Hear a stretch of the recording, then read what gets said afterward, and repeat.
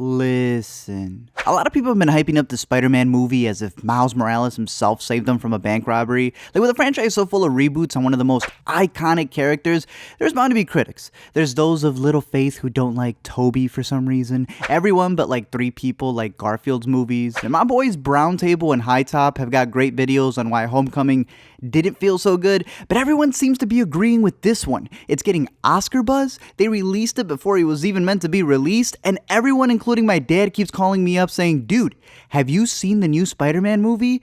And I'm over here like, Dad? But to me, it can't be that easy to dethrone a quote-unquote masterpiece, right? We can't be like IGN, who announces the best game of the decade every time a new DLC is released. There's gotta be stuff that withstands the hype. Like, it varies for people, of course. But when I say that Spider-Man 2 is one of the greatest superhero movies, I mean it. It isn't meant to be a part of a consensus or because of a bias. I'm not gonna change my mind just because it becomes the cool thing to hate on it. To me, Spider-Man 2 still is the greatest Spider-Man movie out there. But hot damn did this one come close. Let me explain. Now I'll start off by shouting out General Mills, who we were able to partner up with for a Spider-Verse video where we broke down all of the timelines, they taught me how to say the word thwip, and boosted your boy from the Ali brand to the real Cinnamon Toast Crunch. So, mama, we made it. However, this video right here and everything on this channel is pure LME, so let me elaborate on this movie a little further. Obviously, we're dealing with a lot of universes here, but what's cool about it is how they pay homage to the best Spider-Man series out there. Considering that Lord and Miller were behind this, it's kind of dope to see how they've dipped into Marvel and DC, and have kind of dissected their most iconic characters better than Marvel and DC. Like, they show you the Spider-Man from our world who threw away his shot with MJ because he couldn't commit to kids. He's eating more pizza than the Ninja Turtles because he's depressed, crying himself to bed, looking like a father of 4 with no kids. He's pretty much become this broken hero who's trudging along, moping in his own sorrow. And it's interesting how a lot of people have really seemed to connect with that, the aspect of a broken hero who sets himself up to be redeemed. Which is weird because y'all weren't messing with these other. One day Wilson Fisk from another dimension, looking like a Minecraft character, decides to build his Hadron Collider that allows him to dip into other universes to get back something that was taken from him. But since Daredevil was cancelled in every timeline, he settles on retrieving the family he lost instead. But love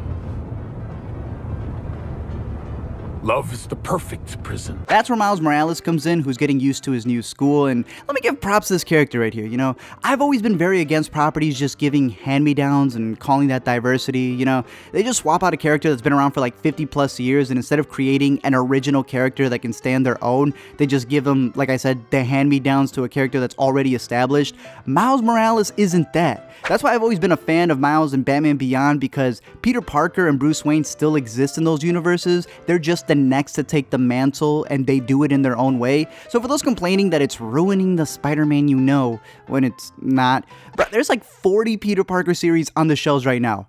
There's 2 Peter Parkers in this movie.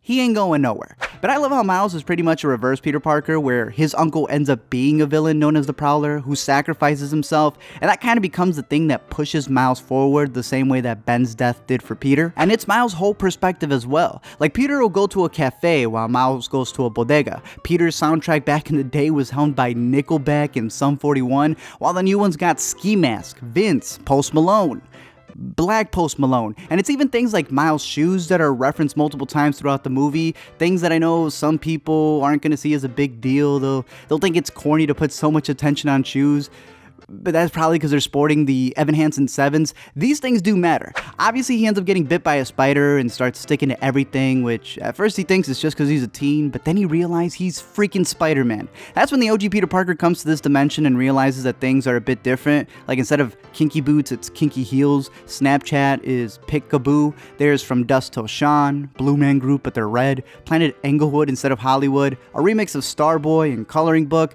And scariest of them all, Stephen Curry playing golf. And while it took me a while to realize who actually voiced Spider-Man, it then hit. Listen up. This fry is your universe. It's soggy, it's weird, it's gross. And this delicious normal fry is my universe. Duh. New girl. Zoe is so talented. Peter then shows Miles the ways of the thwip as they try to stop Wilson Fisk. But the thing is, Peter's so fat he has to wear sweatpants like Regina George. So when Miles ends up having these Randall powers and can static shock people, Peter's struggling to put steps in on his Fitbit.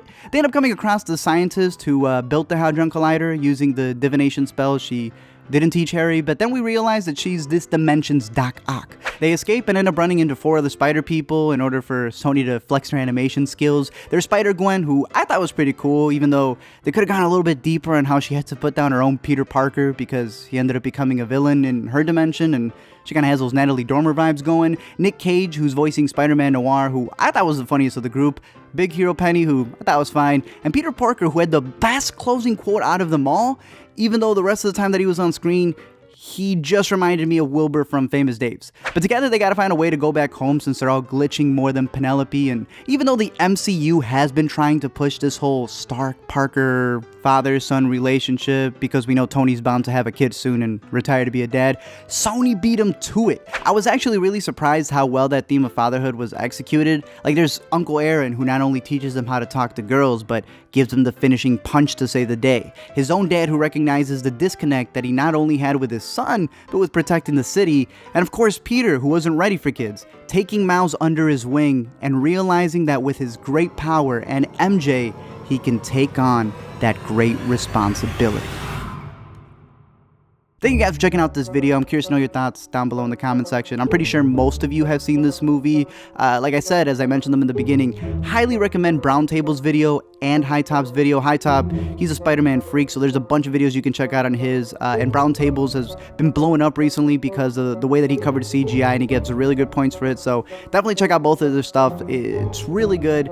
In terms of this movie, though, I do think it lives up to the hype. I'm not saying it's better than Spider-Man 2. In my opinion, it's still tied in second place with Spider-Man 1. There's a bunch of things that I do like about this movie. The "he took the bagel" line, I think, was one of the funniest lines that I've heard the entire year. The after credits with, I think it was like a Latino Spider-Man voiced by Oscar Isaac. That was great. I think if there was one thing that would make it like solidified, not tied for second place, or maybe even would have pushed it over first, is if they would have really broken the fourth wall and gotten Tobey Maguire to voice a character. One of the things that I started thinking of, and then I realized, well, they can't do it since they already did it for the Lego movie, was since they were going into different animations and, you know, they were all kind of done differently, they were in different dimensions, why not have one that was live action and then they go in there and they see the old Peter Parker? But I figured they already did that, they're probably not going to do it again. But if they had done that, or if they do it with the sequel that's already been greenlit, then we're talking about something that may have to get replaced in terms of the ranks. But curious to know your thoughts down below in the comment section. Who were your favorite characters in this movie? What you're looking forward to? Any of all that other stuff. Don't forget to comment, like, and subscribe, and I'll send you a slice of Joe's.